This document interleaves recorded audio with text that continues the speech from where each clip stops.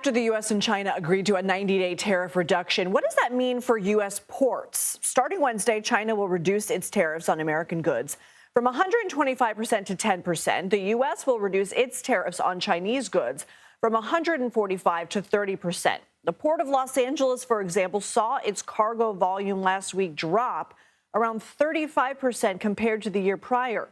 I spoke with the port's executive director, Gene Seroka, 2 weeks ago about how that cargo decline would affect consumers. Less selection and probably higher prices. If you're going out looking for that specific item, retailers are telling me they've got about 5 to 7 weeks of normal inventory levels remaining.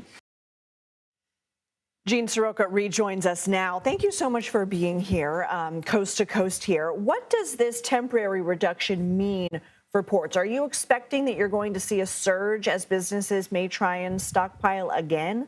As we're in day 2 after the announcement, a lot of people, Lindsay, are trying to figure this out.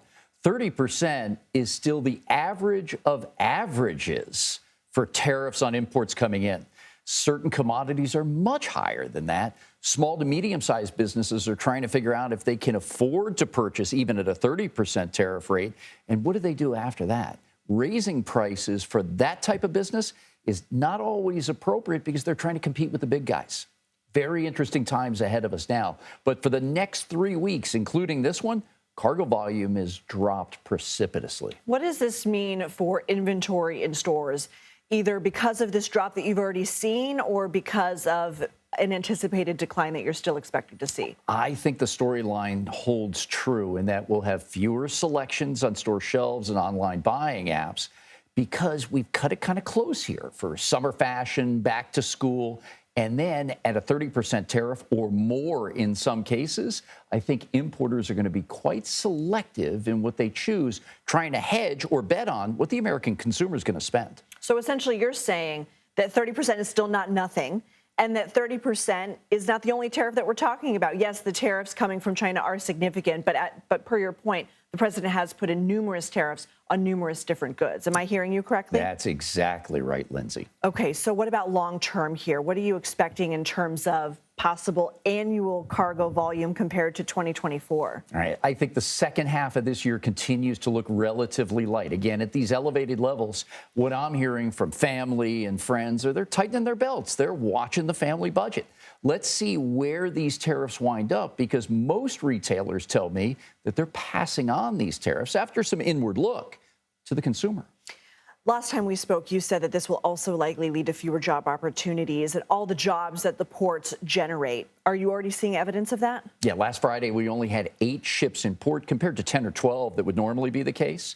The number of work teams was down from 50 to about 33. Each work team, or labor gang, as we call them, has upwards of 25 people in it. And we saw about 3, maybe even 400 dock workers who would normally be out working back at the hiring hall. So what I'm hearing from you also is that even though this reduction, this 90-day reduction, may be a sigh of relief for some American businesses who import, the damage, there has been some damage already done right now that will be too late to try and turn around. What are you going to be asking for in this next 90 days? Now, 1, the news out of Geneva was welcome, probably better than some thought. 2, now there's a timeline involved to get these negotiations really going and have some permanency to whatever deal can be struck, so it gives certainty back to the business community. I also see this as a real opportunity to find new markets for the American exporter, whether it's the U.S. farmer or manufacturer. We got a chance here to do something different. Can you elaborate on that, please? Sure. The American farmer. We, as consumers, only take up about a third of what's harvested. The balance, 2/3, go out to renewable energy, think ethanol, and to serve overseas markets. There's a real upside as to how much we can do with walnut handlers, almonds, wine and spirits, corn and wheat. And then on American manufacturing, LA County has about 400,000 of us working in the factory setting, yet we only export 1% of those finished products. I think opening up markets and trying to find those trade agreements can help in both of those important sectors. Gene Seroka, thank you. Thanks, Lindsay.